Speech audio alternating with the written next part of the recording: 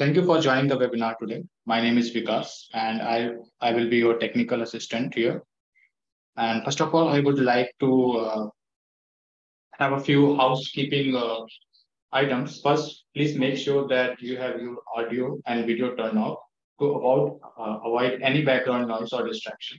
Second, if you have any questions or comments during the presentation, you can use our chat functions to put there, and we will address them during the question and answer session. Finally, if you have any technical difficulties, please don't hesitate to reach out to me for assistance. Thank you again for joining, and I hope you have a great time learning today. Without further ado, I would like to introduce our main speaker for today's webinar. Our director, Mr. Kunal Sharma, will present today's webinar, and he is a highly respected expert in the field and has a wealth of knowledge and experience to share with us. So over to you, Kunal. Thank you so much, Vikas. Good morning, good noon, and very happy new year to everyone who has joined. This is just the beginning of the year, and I hope everyone has started already working on their plan for the year. We at Positka started with our year-long plan, talking about cybersecurity, and this is the first webinar for the season today, where we are going to talk about how do you make your SIEM rules more relevant.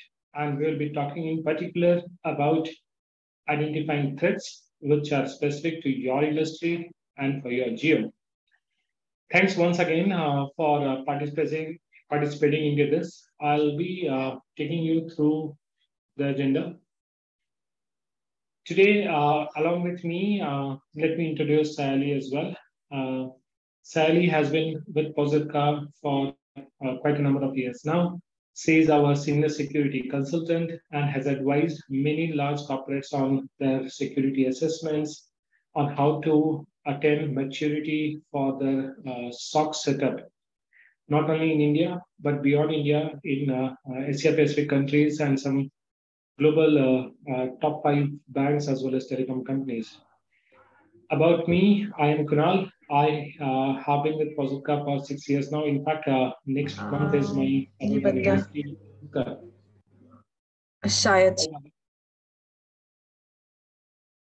Sorry about the interruption. And I do had the SecOps business for Positka, and have been an expert on data security. By qualification, I am a Six Sigma Black Belt as well, and have security certifications, particularly on monitoring and data security. This is how our day is going to look like. We are going to talk about some changing threat landscape, where we'll give you an overview of how it is changing. We'll be talking about a little bit more about understanding industry-based threats, how to identify them, and what challenges do organizations face while using this technique. Later, we'll be talking about what methods do we suggest to identify these threats. We have a framework and methodology which we'll be taking you through. This will be followed by a case study that we have prepared for you. This is from our experience working with a large corporate. Further, we'll be summarizing the key takeaways, and then the floor will be open for Q&A. You don't need to wait for Q&A session to begin to ask your questions. You can put it in the chat at any point of time, and we would answer them accordingly, either in between the session or after the session. We also have a few polls for you, where I would encourage all of you to participate and register your responses. That's about how the day is going to look like. Without wasting any further time, let's go to the next slide. Just before that, Vikas is going to be my timekeeper, and he's going to poke me if I take too long in understanding, but that's fine, Vikas. We'll just spend as much time as we need to talking to people. Yeah.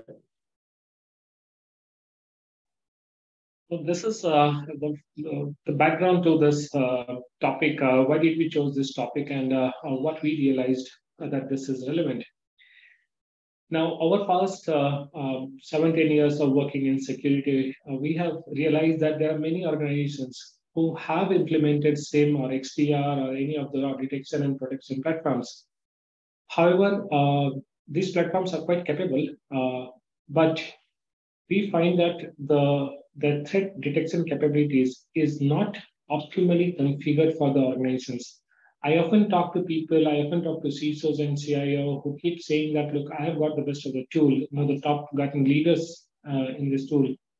However, I'm not sure if they are working fine. There are false positive comes in, and the threats which come up or the rules that I configured do not understand whether these are firing in the right direction. And that's where we came up with our understanding that companies need specific threats to be understood, and the rules that you have on your SIEM or XDR, those need to be focused on protecting your key assets, right? And detect and protect against the threats which are relevant to you. These need to be designed, and unless we do this, so we'll continue to fire blindly all over the place and just hope that our tools will work. That is what we have learned so far. That and it's not just specific to India. We have learned this in UK. We have learned this in Asia Pacific countries, and every CISO I have spoken to has put this as one of their top 3 problems to solve about being more targeted in understanding the threats and designing my tools so that I can target them. Because there's a poll here before we further ado, and I'll encourage everyone to participate in this.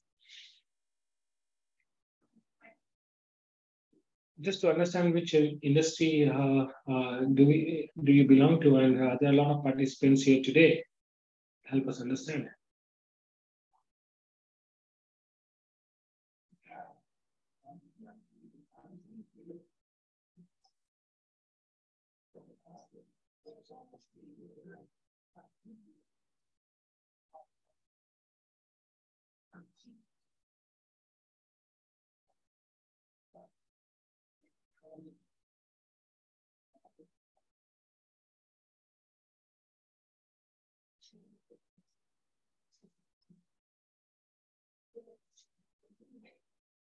Because how long have we done this for?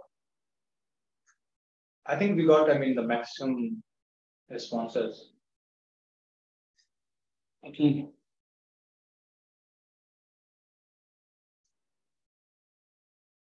Those who haven't yet registered their response, we'll give you another 15 seconds. I guess people are still joining. So those who have just joined, we are just running a poll for you to register your response. Just help us understand which industry do you belong to.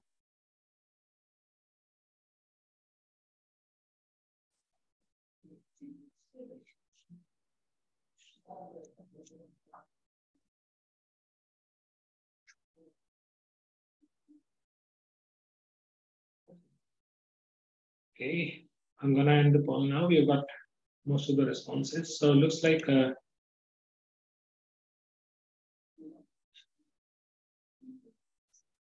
okay, looks like we have most participation from industry-wise, from finance and insurance today.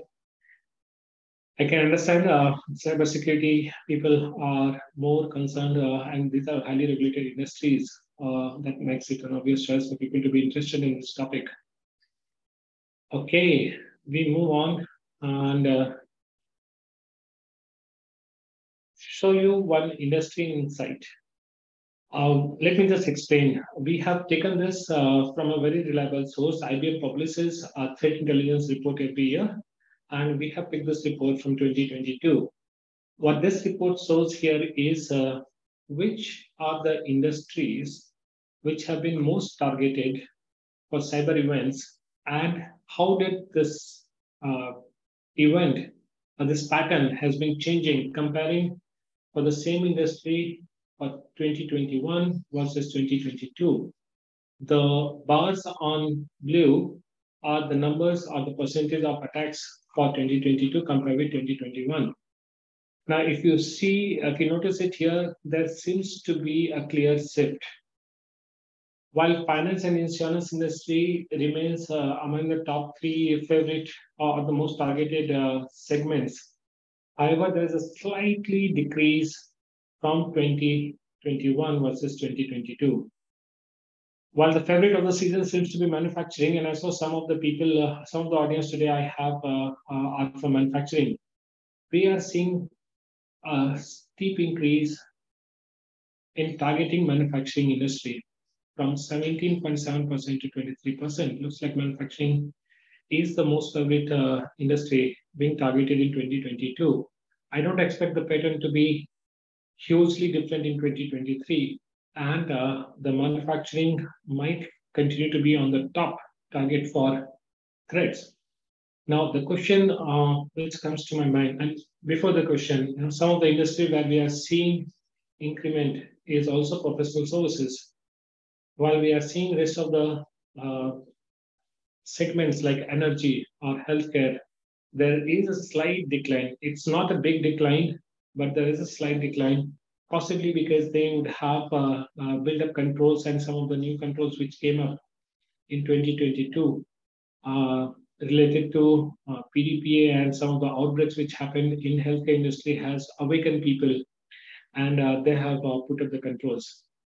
The point I'm trying to make here is the attackers are getting smarter, and they are focusing on applying techniques, finding out the soft spot or the vulnerabilities sector-wise, and they're directing things towards this sector. That's the takeaway from this slide. I need to ask your help again for another poll. Vikas, can I have the poll? Yeah, sure.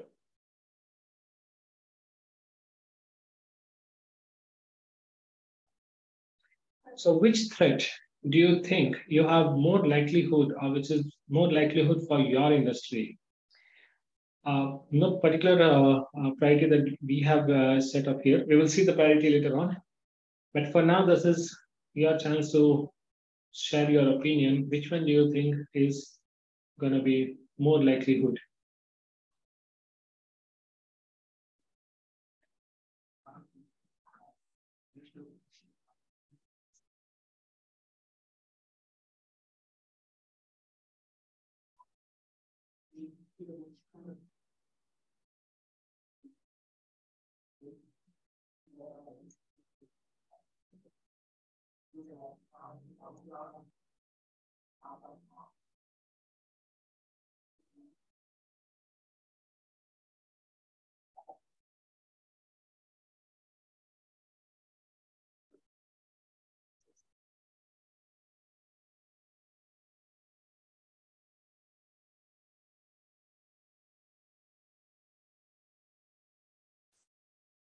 Over a minute on the clock, and we have got 50 responses. Vikas, shall we close the poll?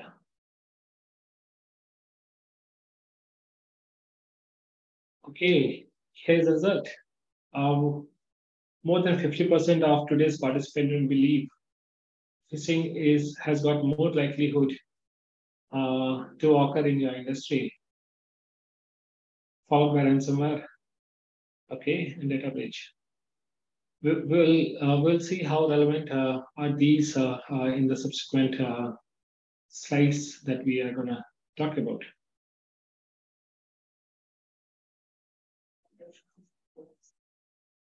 Okay, so moving on.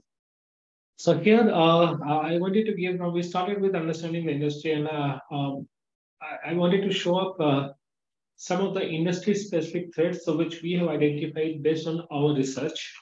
And the three industries that I have chose to share here is manufacturing, education, and utilities.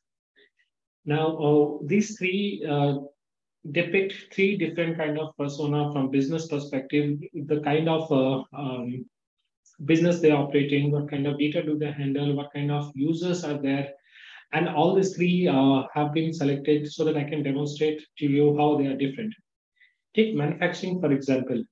Now, in a particular manufacturing setup, there is not much of a personal data or sensitive information of large customer base to protect. Of course, they have contracts to protect. They have got their own intellectual property rights to protect.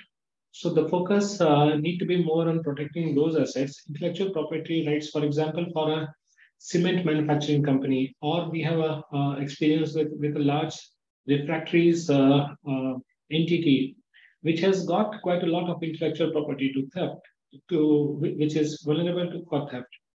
Their commercial data, their ERP system, their CRM system, these are all quite vulnerable. And if any of these systems goes for a halt, their entire production could be put up on hold if they are susceptible to ransomware. And that's why they need to protect themselves. They need to protect their OT and IoT devices. They need to have more employee awareness for phishing. Most of the applications which a manufacturing company might be using might be a legacy system because they need to support all the production systems and their commercial systems and their ERP and all. Hence, the need of what to protect in a manufacturing is unique. Now, compare this scenario with an education industry, a large group of schools, or a very large global university in, say, Delaware or in a country like Singapore. They have got students from all over the world, some very high profile individuals whose data resides with this education institute. So they need to protect, they are more susceptible for a data breach because they hold personal data for a large number of highly influential and high net worth customers. However, the employees or the users in an education industry, they don't, the attrition is very low. That's the point I'm trying to make. Maybe in a manufacturing or an IT company, people might spend a year or two with you and then move on, and they carry away the secrets, they carry away the data with you. However, in an education institute, most program will run for multiple years. So you are not going to have so much of attrition among your users. But still, because there will be a large number of users, and it's very difficult to control what sites do they access, what do they download, and it's not the moment you try to restrict all those downloads and exposure to the external world, the creativity might not be the great. And hence, for education institute, you need to think differently about what are the ways in which you are going to detect and what you need to protect. Now, compare this with utilities. Now, utilities, we all know what if the supply is interrupted for a day for your house, for electricity or for water or for medical services. Those are very high requirement that people and societies gets impacted if any of these are put on hold. So utilities need to focus on availability and they need to focus on how do I provide a good coverage, how do I continue working with maintenance of my IT without causing any service disruption. And hence, they end up having, sometimes they end up having a lot of vulnerabilities in their system because they need to focus on reducing the downtime. So they can't have so. Titan malware is another very specific malware for utilities companies which surfaced not very far away. In 2017 was when it first surfaced in UAE. And then later on it spread all over the world and most of the utilities companies have now deployed ways and safeguarded themselves to protect against this particular malware. The point I'm trying to make here is all these industries have different needs. They need to protect different set of data and they are vulnerable to a different set of threat against them. And hence it is important that we understand how do we, the needs of this specific industry. Now that's only half work done because once you have understood the needs, you still need to go back and you need to map those threats against MITRE.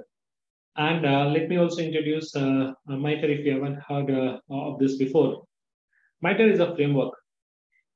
This framework identifies certain threats and techniques, tactics and techniques which are prominently used as a progression for a cyber event. And this has been mapped to give anyone, any organization a view about which part of the cyber kill chain that we are covering. So each of those 13 techniques are covered here, and the relevant TTPs are listed below.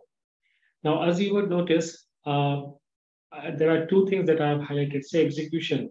Now, my apologies that the second table is not so visible, and this is intentional because this was highly confidential work for a customer that we did, and so we had to keep it light. So what we are showing here is, yes, execution itself. Once you have identified the threat, now how are you going to address the threat is going to be thought through, and you need to deploy not one, not more, and sometimes you need to deploy more number of coverage, more number of use cases to address those specific threats. That's the point I'm trying to make here. And we'll show this in further details in subsequent slides as well for a particular sector when we talk about the case study. Now, this looks like a simple way to do. I'm sure many people, not just the CIOs and CISOs, but even an L2, L3 SOC analyst might be familiar with MITRE mapping. And they might think at this point that it is so easy, straightforward. I've got rules. The SIEM has got rules which can be mapped to the MITRE technique, and voila, I'm done. It's not that straight, for one simple reason that SIEM has got hundreds of rules. And even if you pick up one technique, you will find 400. Take brute force example in Splunk or in Curador or in any tool that you are using, you might find 400 rules or 300 rules which are there for brute force attack. Now, which one of these you should deploy? And that has to be a scientific study to know which are the threat vectors which are active for your industry.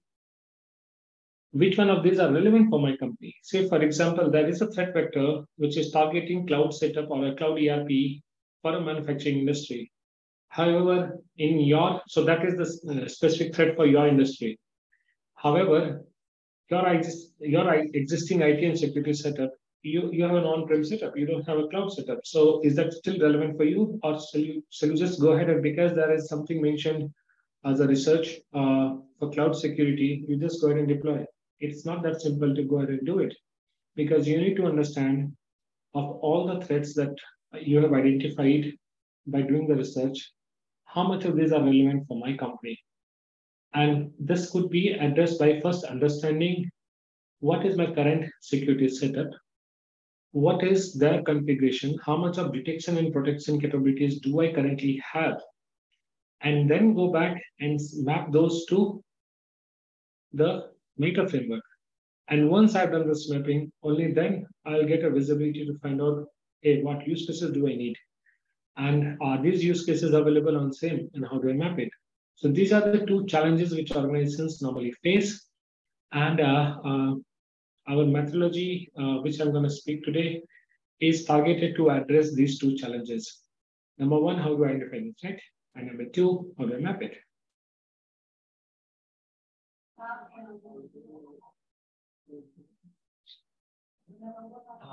Okay, time for a third poll here. Vikas, I need your help again. Sure.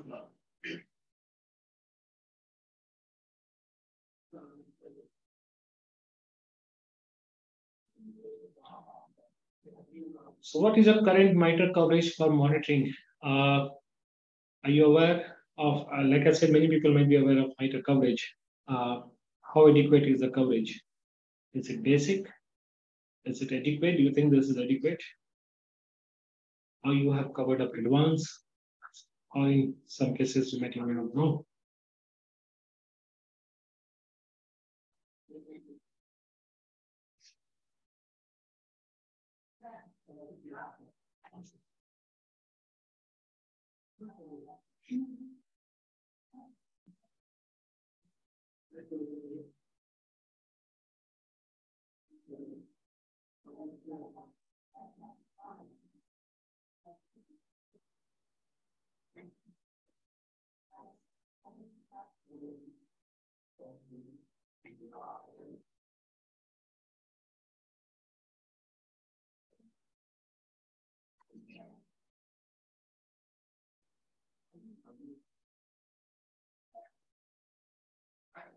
Over a minute on the clock, and I see most people have registered their responses. Vikas, can you close it?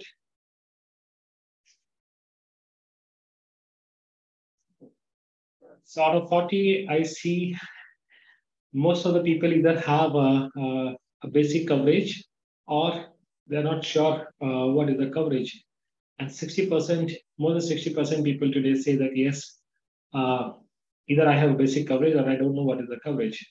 I'm glad to see some of the people today have said they have adequate coverage, and 10% says advanced coverage. So this basically reinforces the point I'm trying to make here is that even MITRE coverage need to be looked at to make your SIM more targeted.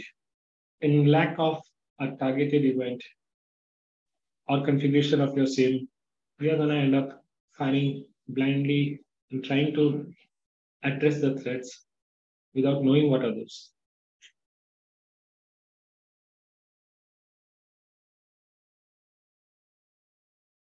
Okay, getting back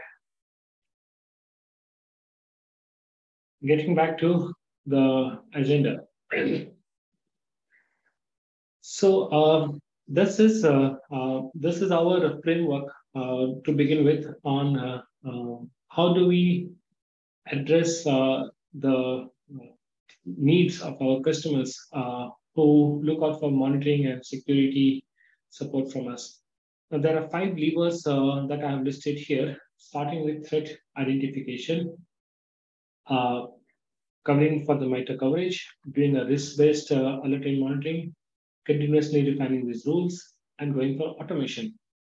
Now, with these 5 levers, we can address our maturity, and we can design our roadmap in a manner that we attain refinement over a period of time.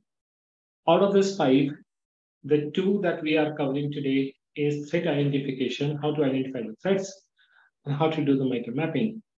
I showcase this this particular framework for the audience today so that they understand these 2 are not the only thing that will help you attain a proper level of coverage of protection and detection. There are 3 more. In subsequent webinar, we will aim to cover this. But today, we are just going to look at 1 and 2. So how do we identify the threats? So this is and how the outcome will look like. So this is what we focus on. It's a 3-step methodology that we deploy, starting with first understanding your IT business and relevant IT assets. Like I said earlier, we need to understand which data or what assets that you need to protect. Do you need to protect a lot of your CRM systems or your SAP systems, or you need to protect more of your servers where a lot of personal data is stored? Do you need to focus more on network security, or you need to focus more on data security? And once we have understood that portion, we then need to look at your current configuration of the stack. Do you have sufficient rules, or you are where are these rules built up? Are these built up on the security stack itself, like on firewall? Do you have sufficient rules on the firewall? And once that log has come into firewall, how is that being used? And this is purely the current assessment. And the outcome here is we understand what to be protected and how has it been done today. With that information, our security consultants like Sally here, who has done this kind of assessments, they conduct the industry research and spend time to find out what are the specific threats for your industry, which are the attack groups or the threat groups which are relevant or which are active in your geo industry. We look at past data, we conduct this extensive research, and then the outcome that we produce is what we are showing here. And this outcome I have taken as an illustration for manufacturing again. What are the active threats? We'll prioritize them and we'll list them. And what are the threat groups that are active in your geography or this particular industry? This is an extensive research that we continuously do for each of the segment, and it takes time and skill to master this kind of events and research. Well, the good thing is we have already done this research for the key industries like like manufacturing, utilities, BFSI, uh, telecom, education, and so on. That has been our last few years of research that has been done. We have covered up already the geographies like EU, APAC, US, APAC including India. So that research has given us enough understanding to come to the second part. The second part is where we are going to find out, now that we have identified the threats, this was the outcome from the first step of the process, that now I identified the threat, I need to map these threats to the relevant techniques on MITRE. This again might look simple, but the MITRE coverage that we get from the same or the information which is readily available is very generic. It is not specific to address a particular threat of phishing or for ransomware. Even in ransomware, which of this technique that you need to cover up for Triton, for example, or for Log4j, for example, those are the mapping that needs to be done, and this is done in this stage here. Once that has been done and we have identified what need to be covered, then we come to the stage where we start defining the use cases and then map these use cases back to that. If I have got a use case for a brute force detection, can I map it back to MITRE and then see if I've got adequate coverage? That's the step 2 of the methodology that I was speaking to.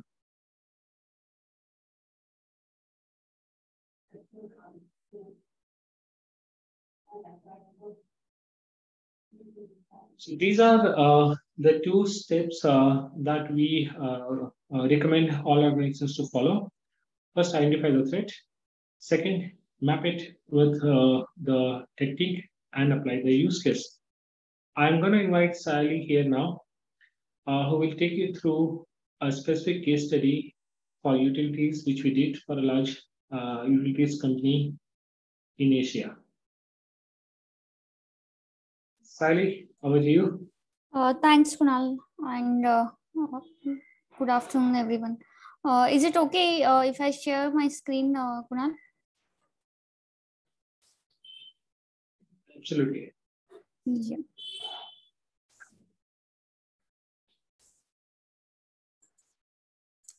Can you confirm is visible properly?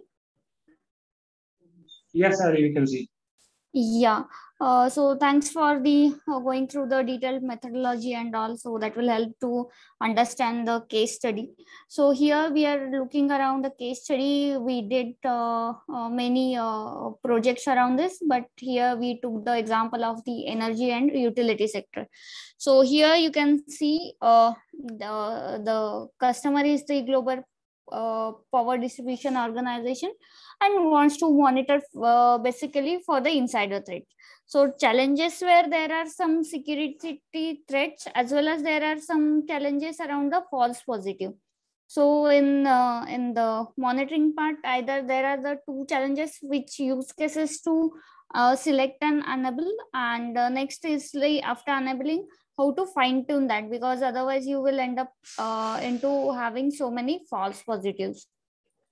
So those are the 2 things, the challenges, and solutions for those challenges are around the some ES Splunk enterprise integration aggregation to add the new data sources, the MLTK app visualization, multiple app models, multiple ML models were evaluated and all. But how come we are reached to that solution and all, and how does the current methodology help us to reach to the solution? Okay, we have to integrate and aggregate this kind of data. What ML models we need to use, or which MLTK app, and which kind of data we need to visualize. So how we come to the solution, that I will show you based on the methodology just now Kunal has explained. So here you can see first is the identify threat. As in the methodology, there is a first step to identify the threats. So what we did is we identified 5 types of threats along with the APTs, sensitive data exposure, broken authentication, ransomwares, and industry specific threats. So all these threats are extremely specific to that customer, even if it is in the energy and utility customer, another customer, some of those things might not be much relevant to them based on their environment and the requirement and how they work. There are some customization and the differences from the customer to customer. So you can see the ransomware and malware specification. We did the research. So there are so many ransomwares active in the market, and we have to search the exact one which are relevant to the industry. And another industry specific threats, which also includes the dimensions of the geolocation, because based on geo that threats differs. So here is the main important part is the research part. So for that we should have that experience and knowledge which one to pick up, because all the methodology based on the what threats we identify. If you are able to identify the threats clearly, then only the next steps and the identification of the use cases will be in place or will make sense. It all depends on the identification of the threats. So once we identify the threat, what we did next? So while you are selecting the use cases, the data source plays the main role. So when we say the data source, it could be the EDR, it could be the firewalls, it could be the your CASBs or DLP or anything. What is present in your environment, and if it is present, then only you can monitor the technique. I will give you one example. So for example, here we have given green is like you can monitor this one, and yellow it's not, you cannot monitor. For example, if you have the AD configured and AD logs are integrated into the any SIEM, then you are able to detect or monitor this technique called valid account, because that data source is required for that. But for example, if you have the endpoints, let's say Windows endpoints, and you have not added all the process logs, right? Then you will not be able to monitor the scheduled task or the job technique. So it depends on that as well. So first, when you select the threads, you will identify the techniques, but you cannot directly go and select the use cases, because there is a main middleware and dependency of the availability of the data sources. So the after identifying the threats, next part is which techniques can be monitored with the existing data sources, and that plays a major role in this. So similarly, you can say we did the mapping for the industry specific threat. So you can say see the count of the techniques is different for the industry specific threats and the ransomwares throughout the MITRE mapping. So by doing this, you will get the heat map for each of the threat, and you can find out which can be monitored and which cannot be monitored. So if you could see here, based on these findings, we can give the suggestion what kind of data needs to be integrated and all. So it is not just the use case which to monitor, but if data sources are not available, which one to integrate to get the efficient monitoring.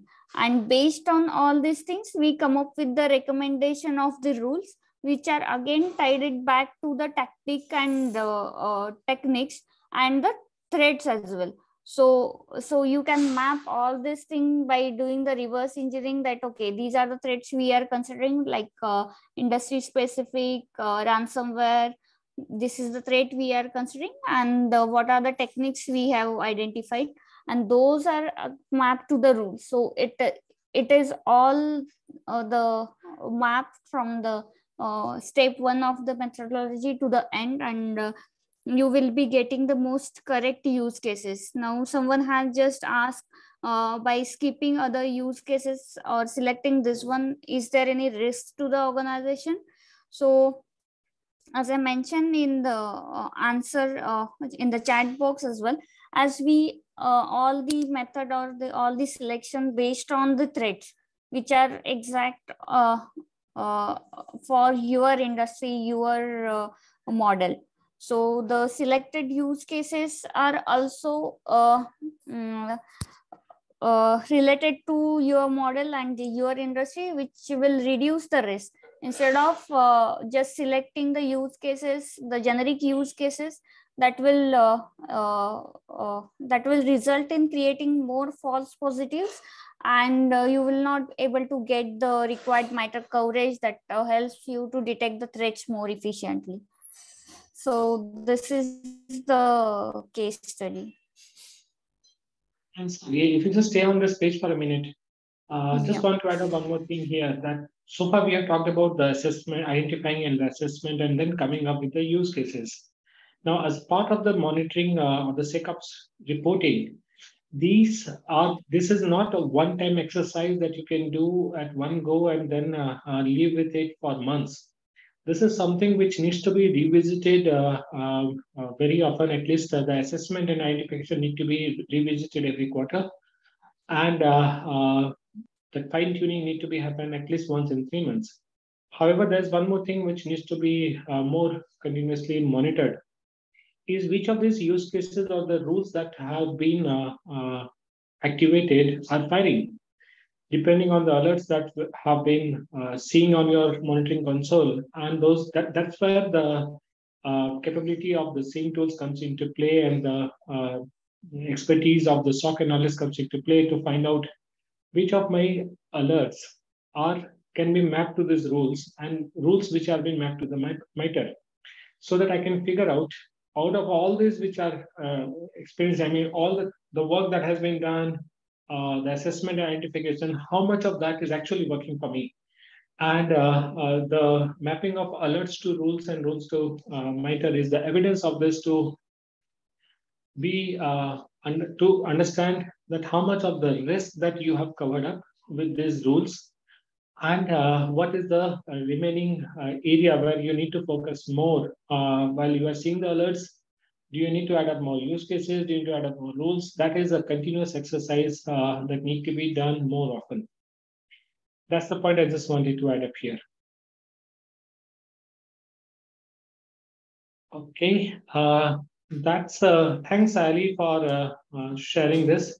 Shall we continue with your sharing and move on to the next page? Sure, Kunal. Thank you.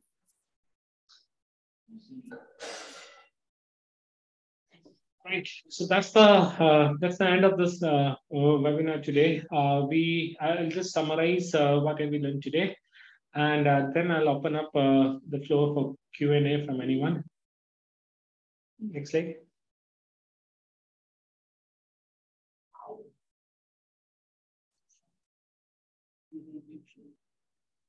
Sally, can you go to the next slide? Sorry? Can you go to the next slide?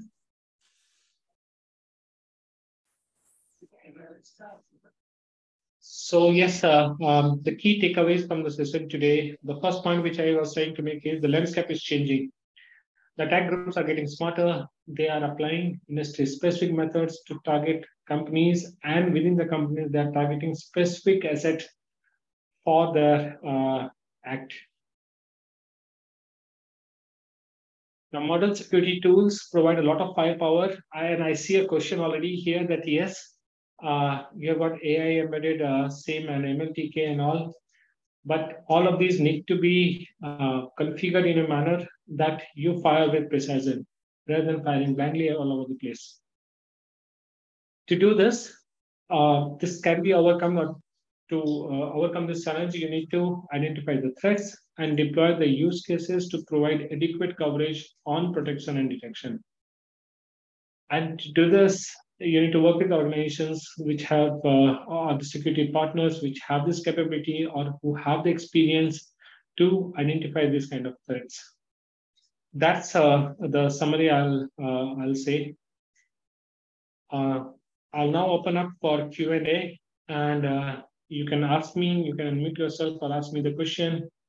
And I can see there are some questions here.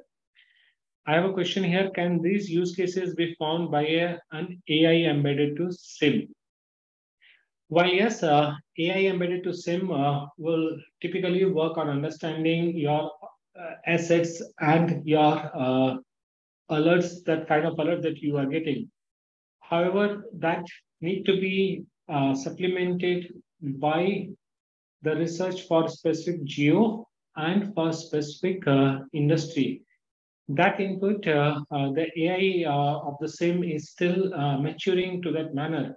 And it takes a long time for you to identify and attain maturity for that AI engine to work for you. It might take anywhere from 3 to 6 months of your data to attain more precision with an AI engine.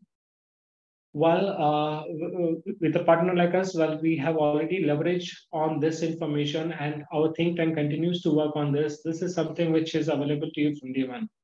So yes, AI to some extent can cover up. The challenge is it might not give you the full coverage of the industry and geography. It is more specific to looking at your internal data, internal assets only. It doesn't have that full external view. And second challenge with that is the time it will take for your AI engine to fire with precision is longer than working with a partner. That's my view on this. I have got another question from Kavya. At what stage of SOC setup do you recommend carrying out this threat assessment? Good question, Kavya. I would say the ideal spot for this is to start it as when you are configuring your SIEM, when you are working with your SOC partner and you are setting up your monitoring function, is when you should start immediately with this. But it doesn't stop by doing it as just one-time exercise. This is something that you need to revisit every 3 months at least with your partner or with your security team or with your consultants to keep revisiting this. I hope that answers your question. I have another one here. Is there a separate price for this assessment? Now, this is part of, I mean, at Positka, this is part of our MSSP service, and we offer this to our customers included. There's no separate price for this. We do this, our focus is to reduce the risk and help our customers attain maturity, and the SOC investment should work for them. And this is an enabler for encouraging them to give them the confidence that yes, my detection and protection capabilities and the partner is working for me by identifying my threats. So that's the focus here. I hope, Manjima, that answers your question.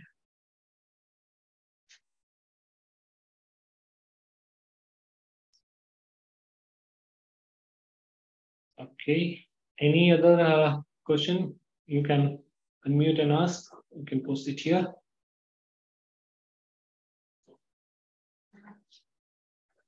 Thanks for the slide, Vikas. I see that you have added up my details and Sally's contact details here. People can make note of this and connect to any of us any point of time, and we will try to answer your questions or help you with this assessment, help you with the threats, help you with SOC maturity.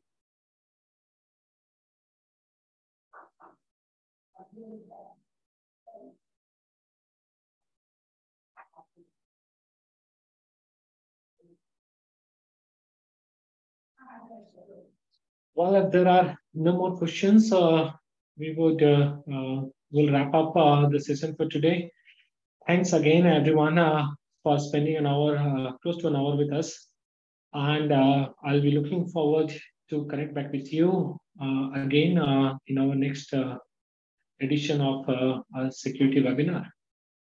Thank you, and wish you all a promising and happy new year. Thanks, Ali and Vikas.